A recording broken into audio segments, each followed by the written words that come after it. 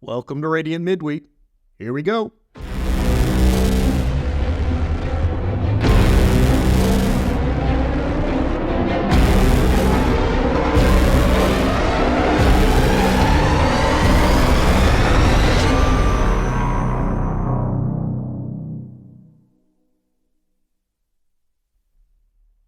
Well, 2024 is upon us and a new year begins, which means the internet is alive with new year predictions and prophecies from so-called prophets out there.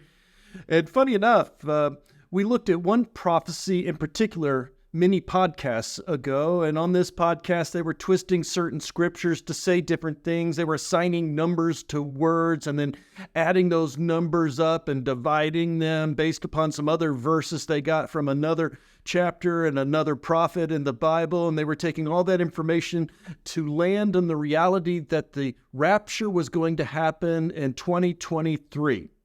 And I hate to be the jerk, but I'm going to be. 2023 is rapidly coming to an end. There's plenty, however, during this time of the usual names that show up. Just do a YouTube search or even go to Google, and many of the common names come up every single year.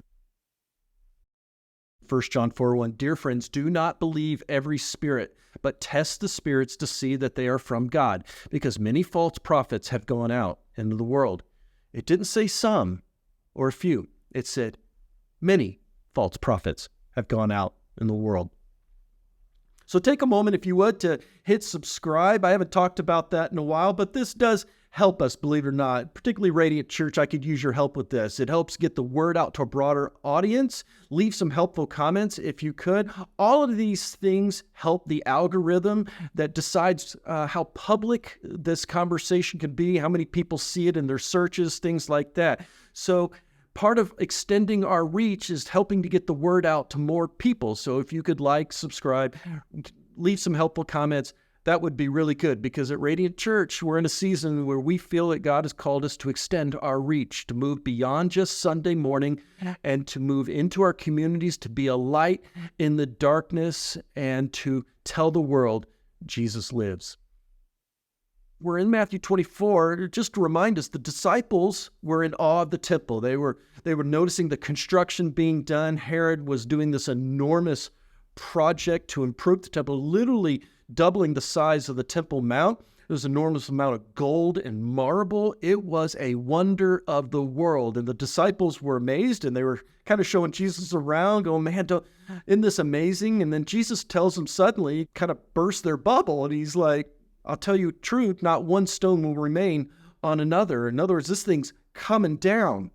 And then Jesus walks away from the temple. So you can only imagine that at this point, the disciples' surprise from excitement to suddenly this solemn prophecy from Jesus that this thing's coming down.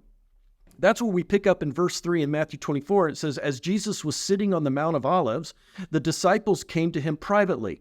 Tell us, they said, when will this happen? And what will be the sign of the coming and of the end of the age? And I will let you know that there are parallel passages, very similar passages to this. The same conversation is recorded in Mark chapter 13, also in Luke 21. So you'll hear us refer to those sometimes. Each one has some uniquenesses to it. They're all saying the same thing, but some highlight one thing. Sometimes another one will highlight another. And so we'll go in between each of those and interject important facts from them as the subject matter allows and as is necessary. So I would encourage you, though, to spend some time in Mark 13 or in Luke chapter 21 as well to enrich this conversation.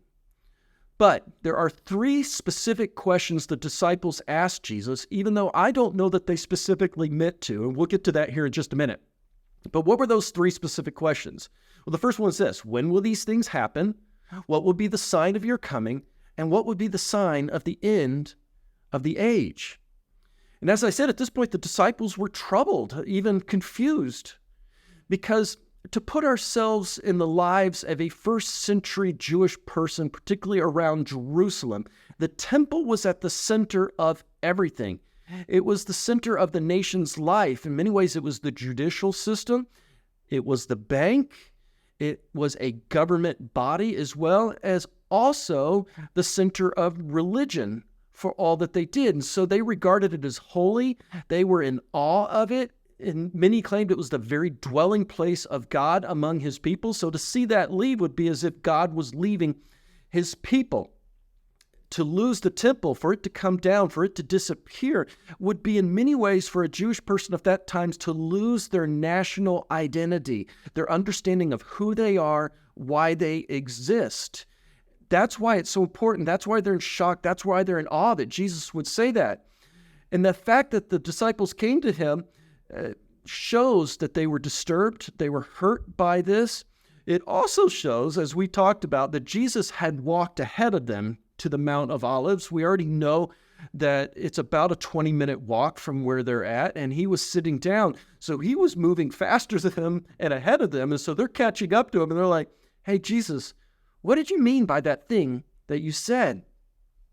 And as I established, there are three separate questions here. However, I think this is important to understand. I don't think that the disciples understood that. I believe when they were asking these three questions, they believed they were asking about the same thing. There's a very good chance they thought that each question was related and connected to one event. And they understood this from the Old Testament prophets. They knew the temple was going to be destroyed again. They knew that the Lord was coming. And they knew that there would be an end of the age. And so when they heard Jesus talk about these things, they took the opportunity now to get some clarity from him about what it means. For instance, when the temple was destroyed in 70 AD, Jesus did not come back at that time. However, it was the end of an age. It was the end of a time. And we've talked about this before. When we use the word end of times, that can mean multiple things. It can speak to the ultimate end of the earth, the planet, and our time here, a new Jerusalem later, as we'll discuss, but it can also just mean the end of an age, an important epoch of time. And the destruction of the temple in AD 70 will be like an end of times for that. Not only will the temple be destroyed, all of Jerusalem was destroyed. Hundreds of thousands of Jewish people lost their lives during that. The ones that did remain were scattered throughout the Roman Empire. At this time, for those people, this was the end of their temple system, the end of their sacrifices, the end of their national identity, because Israel no longer existed after that. It was truly the end of the temple age. But at no time was this the age where it ushered in Jesus' rule and reign on earth. However, the disciples at this time saw all of these linked together in one time period. They couldn't see that there would be these long expanses of time in between each question. And that's a reminder to us as we read through prophecy too. And we've talked about that before. And in one sentence, it can say one thing, and another, it can say another. And it looks like, man, bang, bang, these things happen one thing after another. And oftentimes there's centuries, if not thousands of years in between each. The Bible doesn't always tell us that. But Jesus begins to answer all three of these questions. And he doesn't necessarily go in order. As we look in Matthew 24, we're going to see he doesn't take it necessarily in order, one question after the other. And that's why we have to dive in and really try to discern what's being said here. What the disciples would have heard now when Jesus was talking to them, and this is important to note. Remember, these are good Jewish boys. They would have been raised in synagogues. They would have been familiar with the stories from the prophets. They would have heard them. There were certain things that the nation of Israel was looking for during this time. They knew that a special king, a Messiah, was coming at some point. There were passages about the destruction of Jerusalem. They were aware of that, but they were also aware that there would be this amazing time with a king where he would rule the world.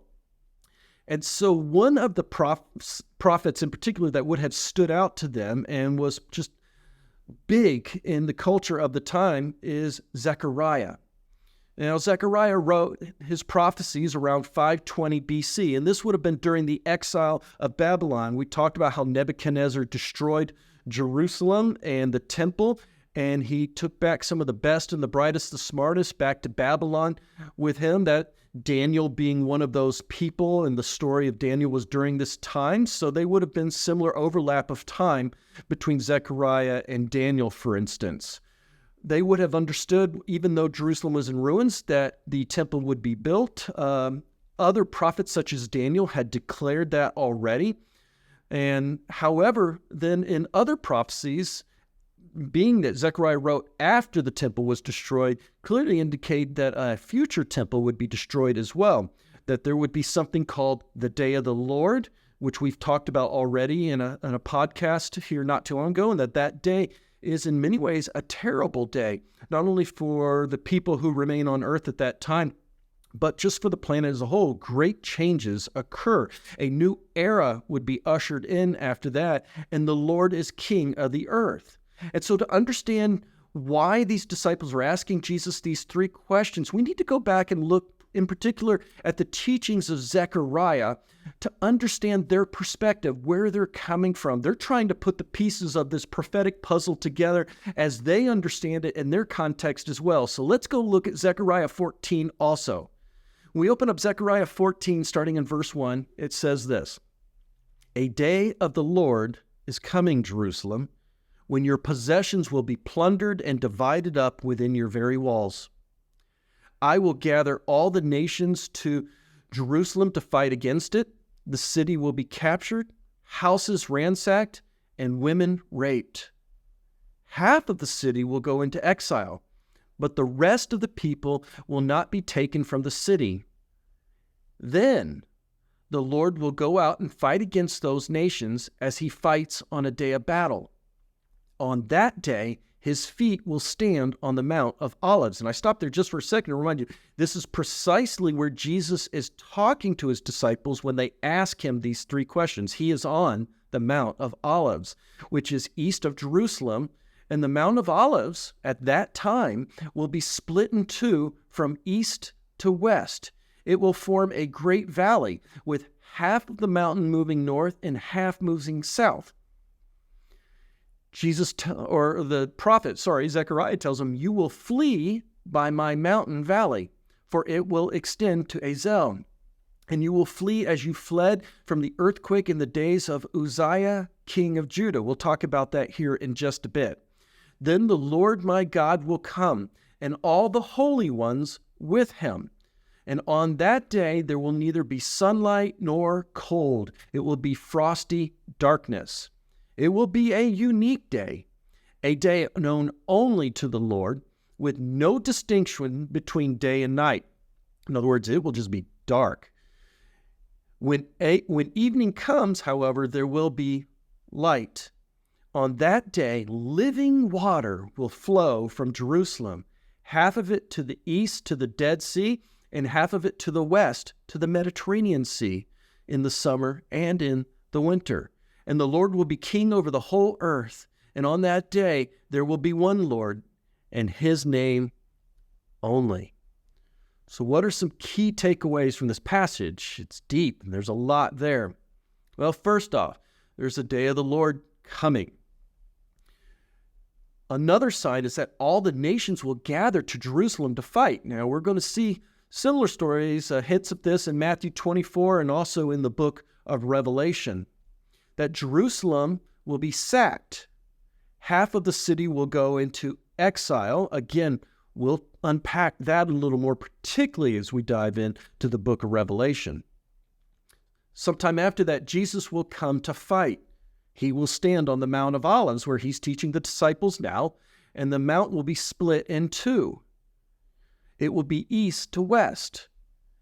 And there will be an exodus at this time, an escape of some sort through this valley to escape.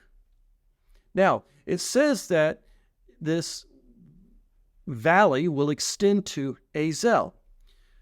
And the truth is, we're not 100% sure where it is. Scholars debate this a little bit, and there's no written work prior to the 19th century that definitively identifies it as in this spot. But there are some guesses and some good theories that point to where it probably is, and most of those are point towards a spot situated about 1 kilometer southeast of the southernmost peak of the Mount of Olives. And so there's a great deal of archaeological evidence to indicate where this spot is. There's also an enormous amount of evidence pointing to the fact that earthquakes have happened in this area before. In fact, some very serious ones. We know that there is an active fault line around Jerusalem, and earthquakes are not uncommon even today. So we know this is an active fault zone.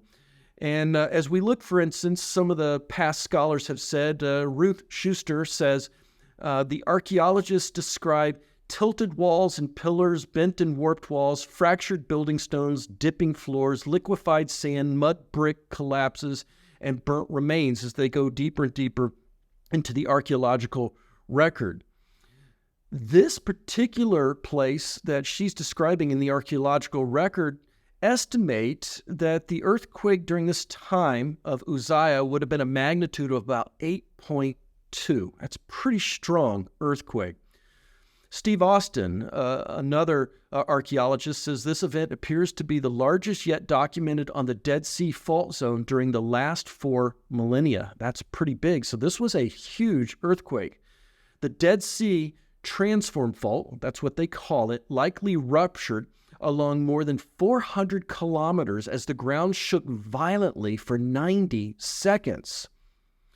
An earthquake like this was epic and not easily forgotten. So when the prophet reminds him of the earthquake in Uzziah's time, there would still have been a memory, a record, and understanding from the people of this enormous earthquake that had happened possibly even 300 years ago. But it was still a part of their memory, of their stories, of their history. It's not easily forgotten.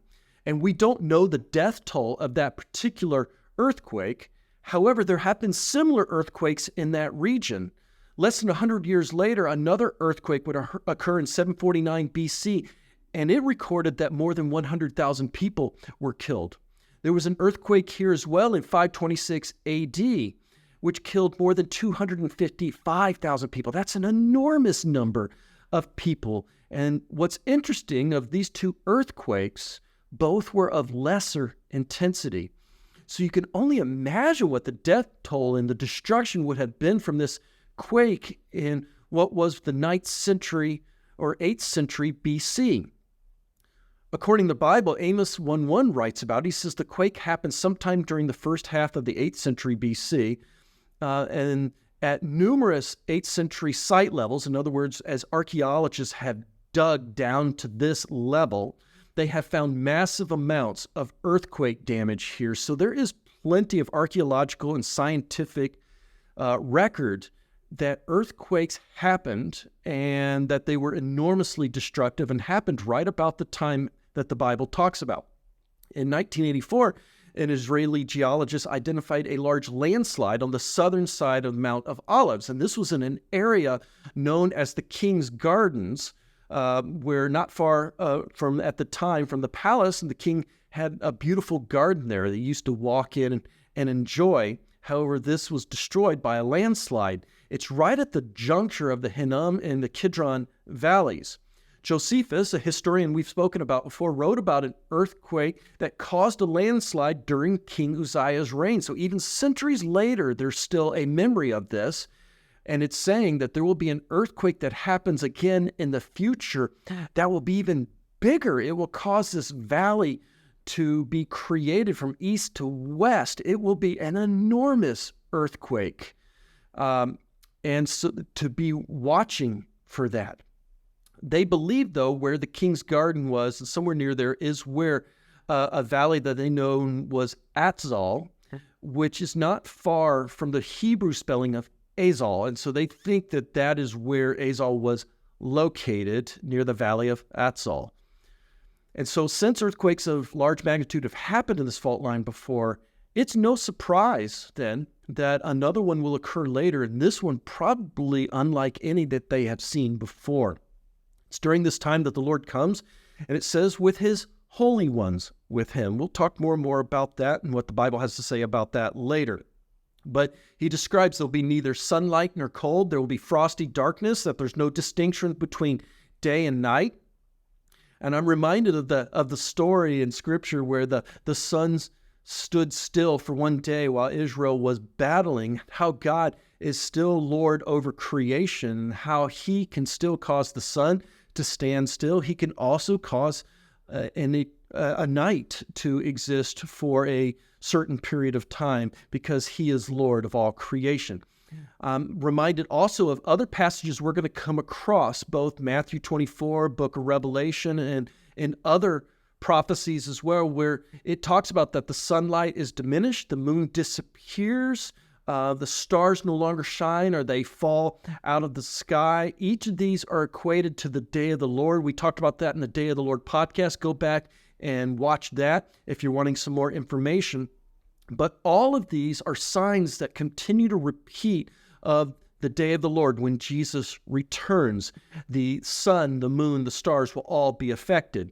It also says that during this period, a river will flow out of Jerusalem, half of it to the Dead Sea.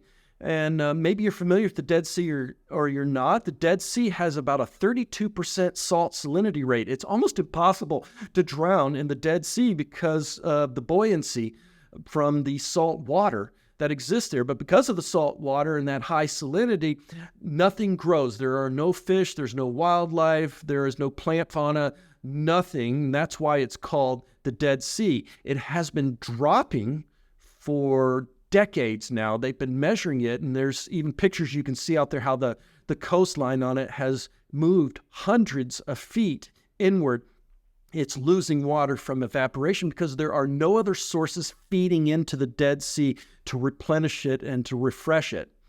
And so this river then will flow out of Jerusalem. It'll flow into the Dead Sea. This will be a healthy thing, I believe, for the Dead Sea. The other half will go to the Mediterranean Sea, opening up the Mediterranean Sea. And it called it living water, which Jesus spoke about many times too. And the important part about living water to understand is it's water that is moving. It's water that is running, water like a stream, water from a river. It is not stale. It is not stagnant. Living water is moving water. It says at this time Jesus will be king, and that's important. So this is when Jesus returns to rule the earth, and his reign will begin. These are some signs to be looking for. Be looking for a great earthquake, be a valley which people escape by, living water coming out of Jerusalem to the Mediterranean and into the Dead Sea. Each of these will be signs of the return of the Lord. Another thing that it pointed out is that the whole land will be turned into a plain from Geba to Ramon south of Jerusalem. Now, this is an area at the moment that is largely of hills and is mountainous. So something happens to this enormous earthquake that changes the topography and the landscape of Israel and Jerusalem, this part of the world in particular. We read in Zechariah 4:10, it says, the whole land from Geba to Ramon, south of Jerusalem, would become like the Arabah, that is the wilderness. But Jerusalem will be raised up high from the Benjamin gate to the site of the first gate to the corner gate, and from the tower of Hananel to the royal wine presses, and will remain in its place. It will be inhabited, never again to be destroyed. Jerusalem will be secure. So what we see here is Jerusalem will be raised up higher. And so again, whatever happens as far as the earthquakes and so forth in this area, it dramatically changes what we understand of how it looks today. It will be very different. Jerusalem is raised up even higher. This is prophesied as well in Isaiah chapter 2. It says in verse 1-4, it says, in the last days, the mountain of the Lord's temple will be established as the highest of the mountains. It will be exalted above the hills, and all nations will stream to it. Many people will come and say, come, let us go to the mountain of the Lord, to the temple of the God of Jacob. He will teach us his ways, so that we may walk in his paths. The law will go out from Zion, the word of the Lord from Jerusalem. He will judge between the nations and will settle disputes for many people. They will beat their swords into plowshares and their spears into pruning hooks, and nation will not take up sword against nation, nor will they train for war anymore. Therefore, as we can see, significant changes are occurring to the geography and topography of the earth around Jerusalem. Let's keep reading in Zechariah 14. This is the plague which the Lord will strike all the nations that fought against Jerusalem. Their flesh will rot while they are still standing on their feet. Man, that's gruesome. Their eyes will rot in their sockets, and their tongues will rot in their mouths while standing on their feet. That is amazing. On that day, people will be stricken by the Lord with great panic. They will seize each other by the hand and attack one another. In other words, they'll turn on each other. Judah, too, will fight at Jerusalem. The wealth of all the surrounding nations will be collected, great quantities of gold and silver and clothing. A similar plague will strike the horses and the mules, the camels, the donkeys, and all the animals in those camps being a word to look at in particular there. And then the survivors from all the nations that have attacked Jerusalem will go up year after year to worship the King, the Lord Almighty, and celebrate the Festival of Tabernacles. It's a very specific, particular festival we'll talk about here in just a minute. If any of the peoples of the earth do not go up to Jerusalem to worship the King, the Lord Almighty will have no rain. So right away, you see people are stricken by the Lord and literally rot where they're standing. Wow. You just have the mental picture on that. That's horrible. But there will be people from the countries that attacked Jerusalem that will remain, that will survive all that happens. There are hints from other prophets that they will be very few of them, however, that people will be scarce during this time. Those who will remain will come to worship the King, the Lord Almighty. It says they will come to celebrate the Festival of Tabernacles, and that's a very specific, particular one. It's unusual, and it's interesting that they do this particular one instead of, for instance, the Feast of the Trumpets or the Day of Atonement. This one, the Festival of Tabernacles, is called Sukkot, and it's also known as the Feast of the Ingathering. It celebrates the harvest, and it commemorates God's protection of his people during their wandering in the desert. And we're going to see hints in Revelation. We see hints here that some went into exile, that there is going to be a remnant of Israel that is taken away to a hiding place during these 3.5 final years of tribulation. And so these two things go together, and it commemorates God's protection of them during the wandering in the desert. During this time, the celebration, the Festival of Tabernacles, the Jews build temporary shelters called sukkah, thus where they get the name, and they eat their meals in the shelter for 7 days. The purpose of this is to commemorate their time when they were in the wilderness or in the desert and they had little shelter and they lived under the stars. It's to remind them that they relied on the Lord for their provisions for all that they had. And so we have to ask, why this holiday of 3 major holidays, why they picked this one? Feast of the Trumpets, in many ways, was fulfilled in the end times when God harvests his church. We'll get to that more later on. The atonement has already been paid through Jesus. We talked about that in our previous podcast when we discussed the temple and why I do not support the rebuilding of the temple. The idea is that Jesus' death upon the cross and his resurrection from the grave was more than enough to pay the price for our sins and to reconnect us back to God. The New Testament is very clear. Sacrifices at the temple are no longer necessary. Jesus' death was enough, more than enough, and that the sacrifices at the temple will not be necessary. Again, go back to the previous podcast where we can talk about that a little more.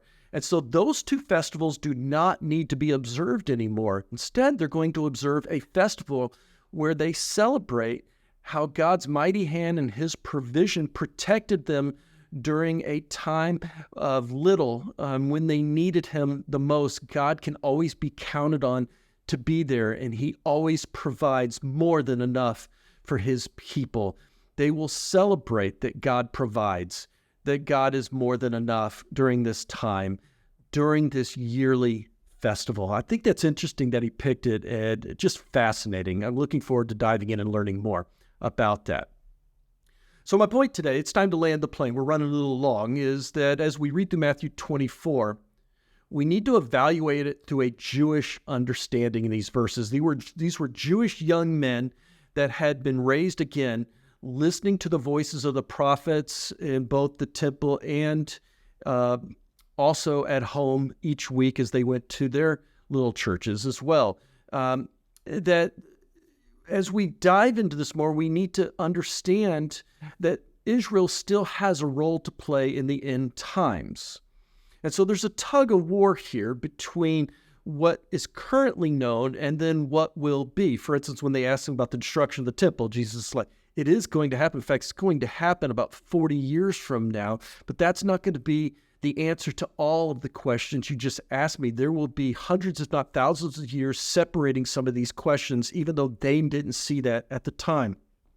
So there's points like today where we've got to take Zechariah, even Isaiah, Daniel, to understand the Jewish perspective and why the disciples are asking this question and how Jesus would have been answering their questions from this Jewish perspective. We don't always have that perspective, so we're going to take times like today to go back and look. These are what the prophets were saying. This is what they were expecting, and they're trying to put the pieces of this prophetic puzzle together based upon their understanding as well. So we need to see these passages from a Jewish understanding. And just to be reminded always that our understanding of future events is limited. There will be times that Jesus is specific. For instance, later he'll say, when you see this sign, run. That's pretty specific, but there's others where it talks about things like the sun, the moon, the stars, and we need to dive into that a little more. He's not absolutely clear what they are or what causes those things to happen. But as the Jews here are on, or not the Jews, the disciples are on the mountain with Jesus talking about the destruction, keep in mind they didn't see that there was a gap of 2,000 years ahead of them for the fulfillment of these prophecies. So what Jesus will tell them will be astonishing to them. We know that at this time they expected Jesus was going to show up and establish his kingdom. We saw that in Acts 1, verse 6. Just as Jesus was about to ascend back into heaven, they gathered around. They said, Lord, are you at this time going to restore the kingdom of Israel? And I've always heard it taught in the past, like, oh my goodness, have they just completely missed the point? But I don't believe that's the case. They're not acting out of ignorance. There's a very good chance they saw Jesus' resurrection as his return to the earth, and that the end of the age was upon them, that it was now time for him to usher in his kingdom. So the fact that he was going back up to heaven was confusing them, again, based upon their filter and their understanding of Old Testament prophecies. And that's why we have to be careful about being dogmatic. Sometimes our understanding of prophecies and our traditions can color the lens that we're looking through. And I'm always reminded what the great sage Yoda taught Luke Skywalker, but it's an old Jewish saying. Sometimes we have to unlearn what we have learned. We have to put the clues together, paint a picture here as best we can with what the Lord has given us, realizing that just like they're missing some puzzle pieces, we're missing some puzzle pieces as well. But at the end of the day, what can be known but reminded is Jesus is returning as King, and we can hold true to that.